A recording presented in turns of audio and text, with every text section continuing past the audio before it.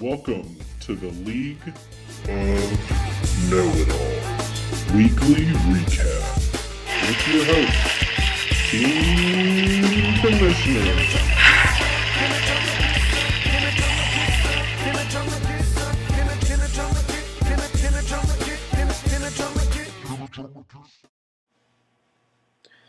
What's up, guys? Welcome to week 4. I just have one thing to say.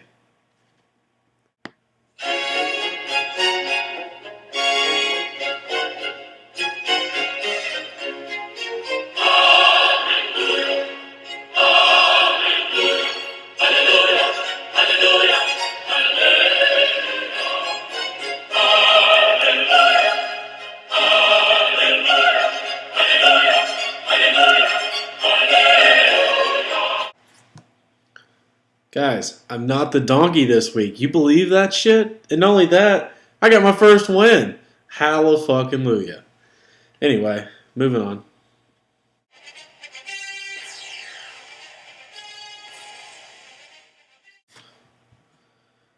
So in the news this week, I thought, unless you lived under a rock, Julio Jones got 300 yards passing, and he's like one of 5 people to ever do that.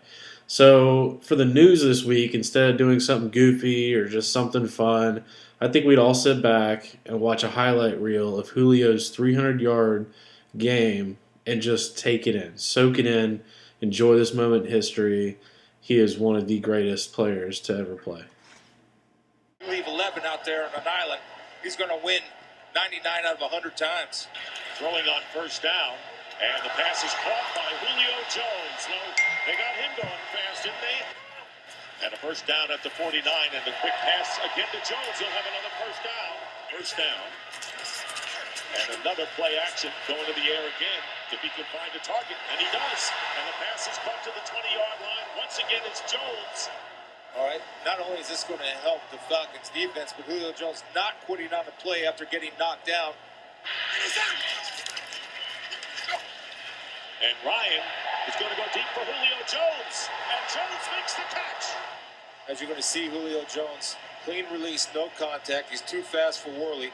Now, after this play, 26 Worley's going to look up, and he's going to turn to his safety with his hands up. Where were you? And 133 yards so far. Short drop in the end zone, and the pass out to Julio Jones. 3rd and 17, Ryan going deep, and the receiver Jones is there to make the play. I think if I'm Ben Wickery, I'm going to take care of Julio Jones down the field. You think? And if you're playing that type of coverage, don't look back at the quarterback. They put Freeman out as a receiver to the left. Empty backfield. And on the run, pass tipped and caught by Julio Jones. A move on Julio Jones. And just does not have the vert that 11 has. Quick release, and Julio Jones. There's a matchup right there with Matt Ryan. There it is. And they got another one, Julio Jones. Hit once, hit twice, and gets into Panther territory. And the reason why this is just easy right here. It's just a communication, understanding that Julio Jones is one-on-one with Ben Wickery. He hasn't been able to handle him all day. What makes think anybody's going to handle him now? It's just too easy. 2nd down and 10. And the pass is caught by Julio Jones. 3:58 on the clock. And he's going to throw on first down to Julio Jones. Jones still on his feet. Julio Jones. And he's going to score. Touchdown. Run after catch, but poor position by Ben Wickery, plus a missed tackle off the stiff arm. Then he's off celebrating with the fans. All right, so now that we've done the news, the only other news that I probably would have kind of dogged on a little bit would be Odell Beckham's bitching again for the 2nd week in a row. I'm not having fun anymore. Shut the fuck up. Anyway, so let's go over this week's recaps. I'm going to kind of go over the lineups and stuff like that. Like last week I only covered like the high and the low. And someone said that they kind of enjoyed me going through the lineup, so I'm going to kind of do that as well while going along. First matchup is Gator Moskin versus your boy King Commissioner here. The only thing that I beat him. I didn't beat the tar water out of him, and he's not. No offense, but you don't have the greatest record, and neither do I. But hey, a win's a win, right? So you had Gator Moskin had Nuke Hopkins, DeAndre Hopkins get him .9 points, .9, not even a full point. That is ridiculous, man. And Jamison Crowder, you flexed him. That was ballsy. It's real ballsy, man. He had 2 great games, and then you flex him, and then he shets the bed. 3.1 points. I mean, I would drop that dude quicker than fucking a hot potato. I don't know. It's one of those sayings. I did, however, have Matt Ryan go bananas, as you saw earlier, as to why.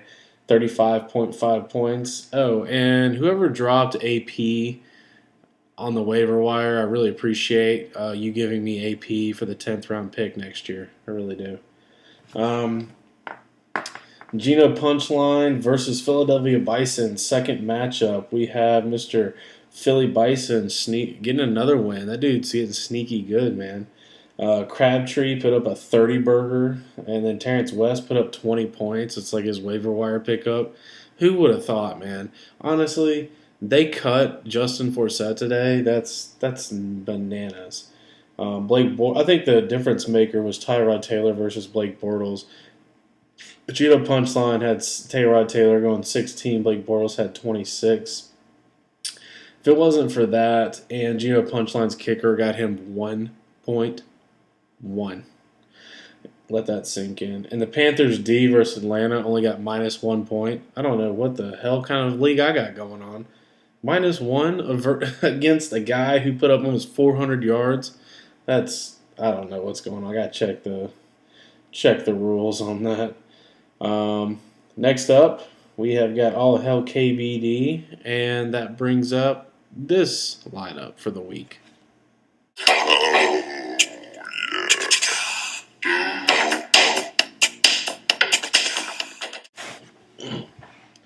So the Oh Yeah lineup scored almost 140 points this week. As you could probably tell, she had Julio Jones. Also, Julius Thomas got her 0 points and still won, and Eli Manning put up single digits this week for her. KBD dropped the ball, man. What's going on, brother? I see you stuck with the Chiefs D through 2 weeks, man. It's pretty ballsy. I know they were great last week, stayed in the flames, and you got burned, man. -4 points. Oof. Willie Snead and Matt Forte shat the bed. Even though you're betting against Forte, you still flex that motherfucker. I must have got through to you a little bit, so I still call that a win. I don't give a damn if I owe you a steak or not. Moving on. And next brings up the next lineup.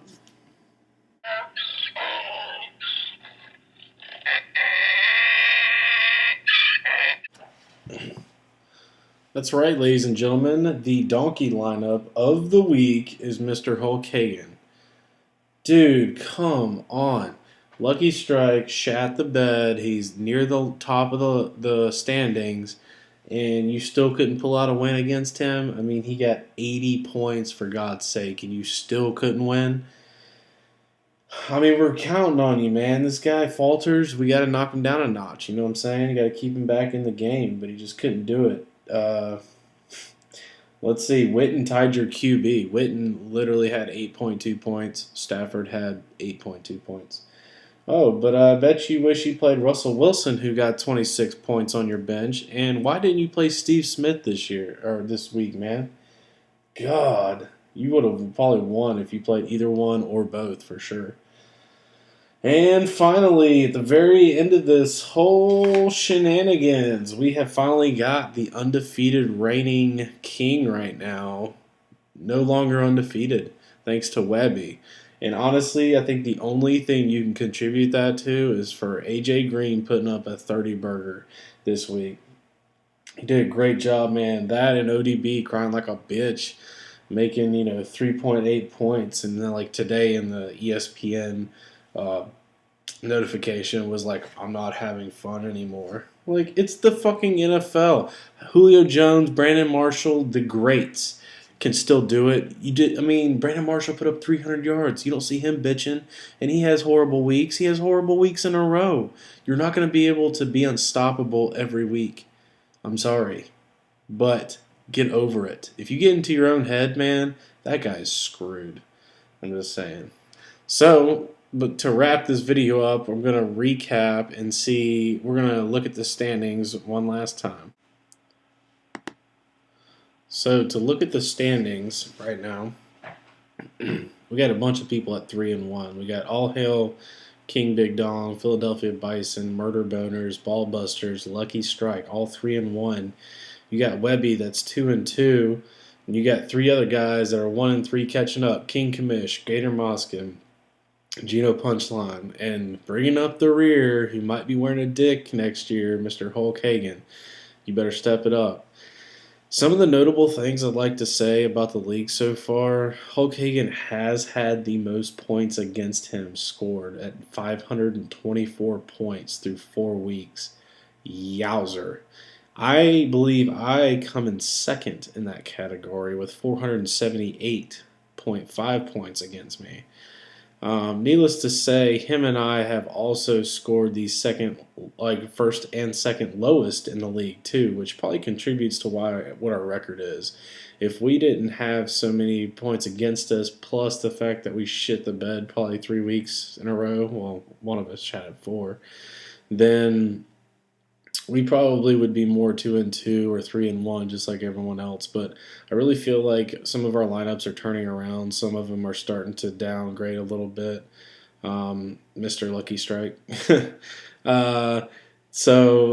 see. The total points for who has scored the most in our league. It looks like pretty neck and neck tied as All Hail King, Big Dong, and Ball Buster so far has scored the most points in our league. As far as the divisions go, we have a tie in the East with All Hail King Big Dong and Philadelphia Bison being 2-1. And then, let's see, we have I take that back. Murder Boners is leading the division right now at 3-1 in the East. I apologize. The other thing is in the West, Lucky Strike is winning at 3-1 in the division. So, like I said, a win or a loss can swing this either way. It's only week 4. A lot of things are going to change between here and the end of the year. And like I said, it's a 6-man playoff. I just got to be better than 4 other guys. So, we'll see how it goes, man. So, this is your King Commissioner signing off after the recap of week 4. Stay tuned for the weekly recap later this week. And you guys stay safe through the hurricane. All right. Y'all be good.